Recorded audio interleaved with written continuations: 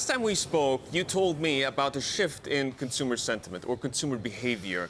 I want you to tell me, how has that evolved since we spoke in February? Are you seeing an improvement? Are you seeing consumer sentiment still under pressure?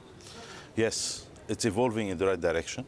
The region continues to witness challenging times, but if I look at trading performance, we're going to announce our numbers, Majid Al Futtaim numbers soon. Trading performance is actually good. So there is a positive sentiment that's building up, and we're seeing that coming through.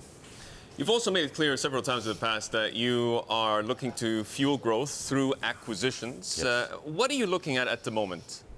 Where we continue to look at opportunities that actually add value to our lifestyle ecosystem that we present to our customers.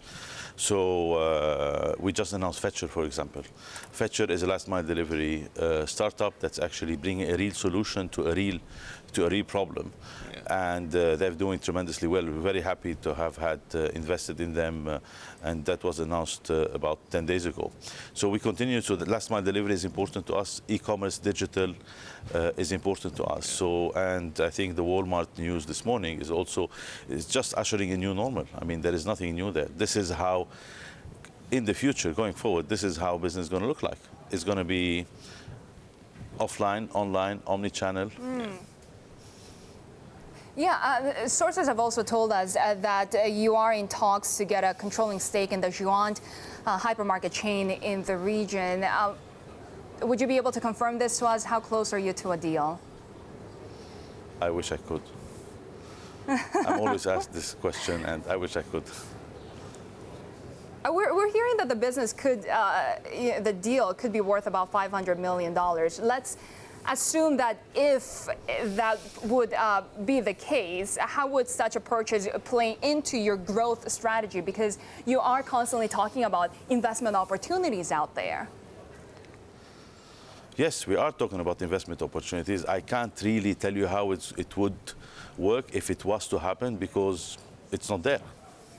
So in terms of other opportunities out there, because we got whispers as well that you were possibly involved in negotiations with Souq.com. So it shows that you are actively looking within the e-commerce space for ways to be able to pull some muscle. I mean, what other part of the e-commerce space could you be looking at? Are you still open to further ideas outside of Fetcher? We are, and it is true that basically we, being, the leading player in the region, people talk to us, there's always opportunities on the table, etc. But looking at something, that doesn't mean it's happening. When something happens, we announce it. So Fetcher was a very interesting opportunity for us and for the customers in this part of the world.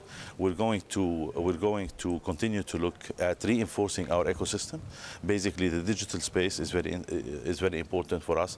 Everything that basically enriches the retail customer experience is very important for us, and that's something that we are looking into, and we'll be doing more. Do you have a budget for that? We have budget for everything. Can you give us a number? Including me being here today.